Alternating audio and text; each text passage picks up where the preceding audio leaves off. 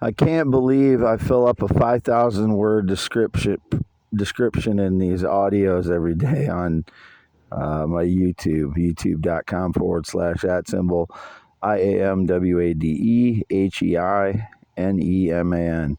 It really is like a full-time job, as I've explained before, in defending myself against lies and revealing the truth about my life. I work at least 8 hours a day on it, figuring it out, and writing my X accounts, x.com/WADES2ND, x.com/Wade, yes, going back and forth between my two phones, which I did last night. I didn't mention it. I did last night, but I switched to my secondary phone while I was charging this one. And then I switched back to this one in the AM before I fell asleep about 6. And I was watching Family Guy on YouTube autoplay. So if anything happened with my phone while I was asleep between 6 a.m. and 8:45 a.m., had to be people breaking in. The tracks would have been covered up because of the snow, but I don't know. I mean, nothing seemed suspicious today, but since I don't know how they would be getting in the first place, I'm just gonna say that I was sleeping, as I always do, mention when I was sleeping 6 a.m. to 8:45 a.m. Wade Allen Heineman, 52 years old, green eyes, not blue, still half-mile north of Fairbank, Iowa, on V68 in the mobile home. By myself as always. I haven't had no visitors since 2016. Had nobody at the property whatsoever since 2016. It was indicated I may have stolen a neighbor's, quote, dog. The only dog I've had access to is my parents' white dog, which is Venus. Lives at their red, white barn home, and she's been my only dog that I've had access to since 2014, when someone either kidnapped my red heeler Fiona, or my red heeler disappeared and ran away. I don't know which would be the case, but Venus, their dog, they named her. I didn't name her Venus. They did. It's a white dog. It's always lived at the red and white barn home. I used to take pictures of it when I was in 2014, when I was taking pictures. I sent a couple to the Filipina online, she was an adult, so whatever was depicted, I wasn't sending photos to a minor. Some of the photos she sent me were from her childhood, so I know there's a mix-up there probably before, and then she called me her husband, which I thought was a joke, and I called her my wife, which, was just joking back and forth. We did a lot of that. I never met her. I never married her. I never married anyone. I've never been married. So if anyone claimed I was married, they are criminals pretending that I was married to them, falsifying documents or whatever. I've never been married. I never even met her. So still me, though. I took photos out at the red and white barn home in 2014. I didn't take pictures of myself because I didn't like taking pictures of myself then. I said that many times. After my sister's death in 2003, for whatever reason, about that time, I stopped taking photos of myself, and I never liked it before, but then after that, I think I was just so unhappy after my sister's suicide, or that's how we experienced it, or her murder in San Francisco in 2003. I was unhappy with life because of experiencing your sibling going through suicide. You just don't understand that until it warps your mind when someone close to you commits suicide, because you don't ever expect it.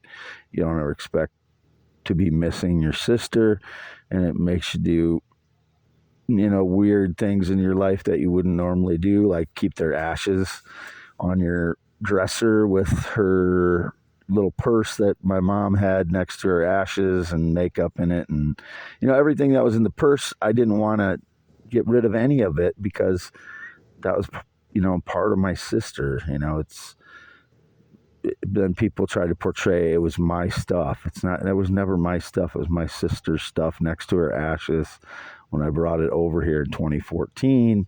because I was in my parents' old house they had just moved out of into their red and white barn home, and I brought the ashes and my sister's purse, small purse with makeup and lipstick with it. That's my sister's stuff. It was never my stuff. It's painful to have to repeat this stuff when it has to do with my sister's death, because I loved my sister and I had to go through that in 2003 it took me 10 years to really get over it all the way, but the first 5 years were really bad. As far as my life didn't feel, I don't know, it just didn't, I was struggling for 5 years after my sister's death. And then to have people like claim that I'm wearing lipstick or because it's my sister's stuff on my dresser, it did have her ashes. I brought the ashes back over to my parents after my life was so unstable because I didn't have running water. I was living in my vehicle, so I brought the ashes back to my mother. And I was living on my vehicle on this property. I was never like staying other places in my vehicle. I was always sleeping at night here on the property in my vehicle at times. So that was between 2018 and 2023 last year when I moved back into the mobile home on July 6th. So that's that. It's never my makeup. It was never my purse. I've never worn makeup. I've never worn lipstick. I've never worn women's clothing. I've never worn women's shoes. Nothing. And I know they're stealing my DNA since at least 2015, 2016, and it's probably gone on my whole life since at least early 90s after, I moved out of my house, which, it's very painful to think about that too. Like my whole life, people have been staging lies about me, including people that I thought were my friends. So I don't like to relive those thoughts very often. So I just mention what I think might have been staged in the past. And usually, most of the time, I'm not talking about my former friends, but when I am, it's usually you can tell I'm upset about it when I'm talking about it. Maybe it's in my voice, but if it sounds like I'm about to cry or something during any of my audios, that is being digitally manipulated. I'm not about to cry. My voice is not about to cry. I don't have any voice problems. I know that like Robert F. Kennedy Jr., he's got something wrong with his voice. I don't have that. I don't have any problems with my voice like that unless I'm, have something in the air. Something's in the air that I've been breathing in that cause my voice to be raspy or something like that. I don't have any problems with my voice. So, there's no Lou Gehrig's disease. There's no, Alzheimer's or whatever you want to call it. My memory doesn't have any issues. The memory issues are with the public that think my life was something other than it was because of all the staged lies and surveillance. It was all portrayed as something different.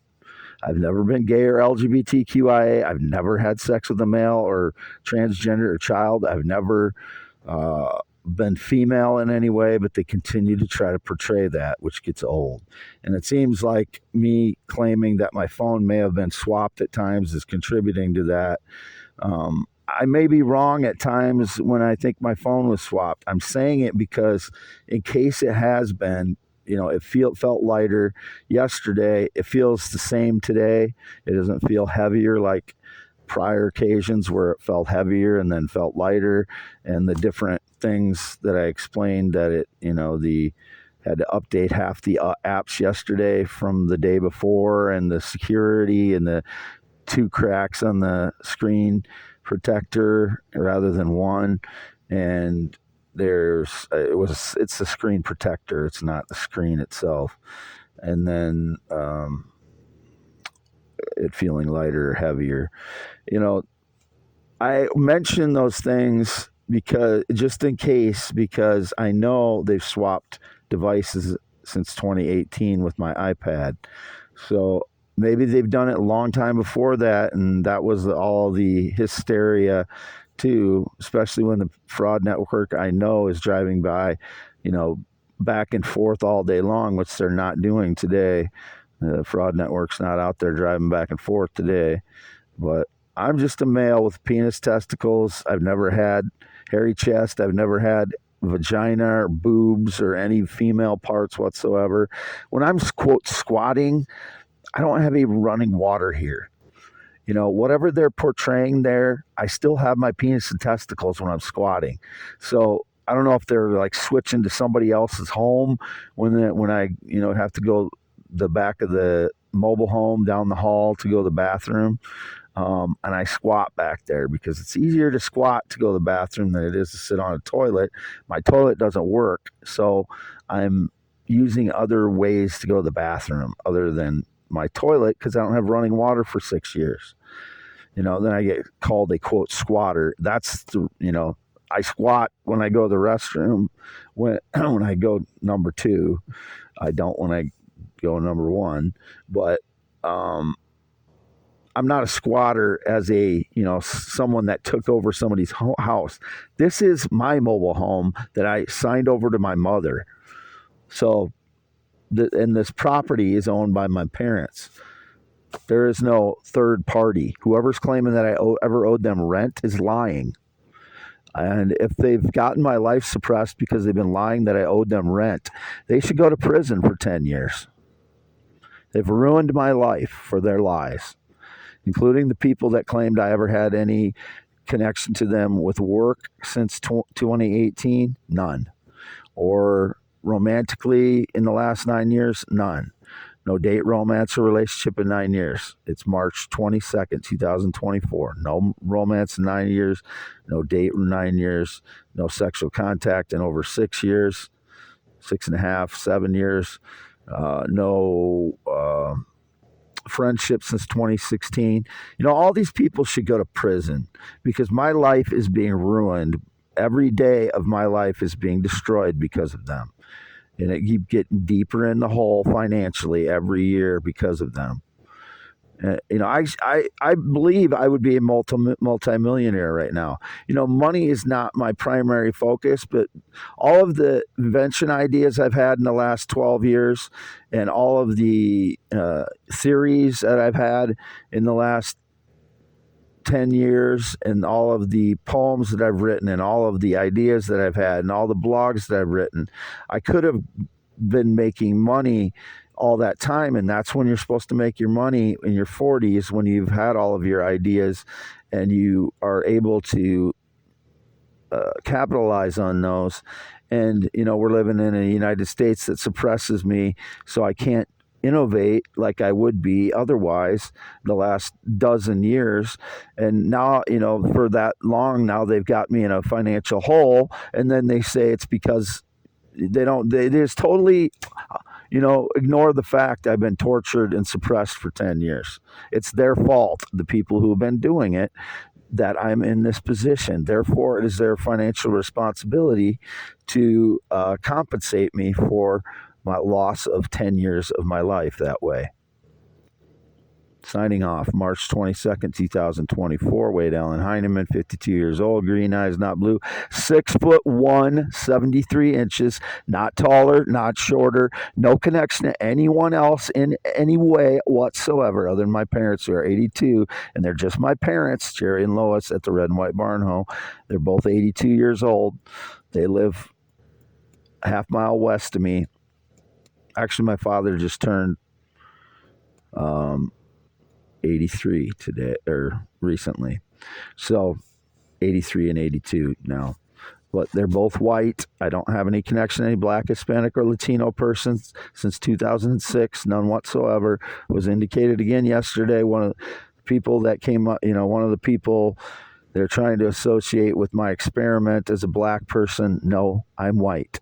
That is my experiment to disprove the Big Bang Theory. There's no Black person involved. There's no other person involved of any other color, white, Black, Hispanic, Asian, Latino, and none, just myself, Wade Allen Heineman, signing off. YouTube.com/@IAM WADEHEINEMAN, March 22nd, 2024 AM. Continue to post on x.com/WADES2ND and x.com/Wade. Yes.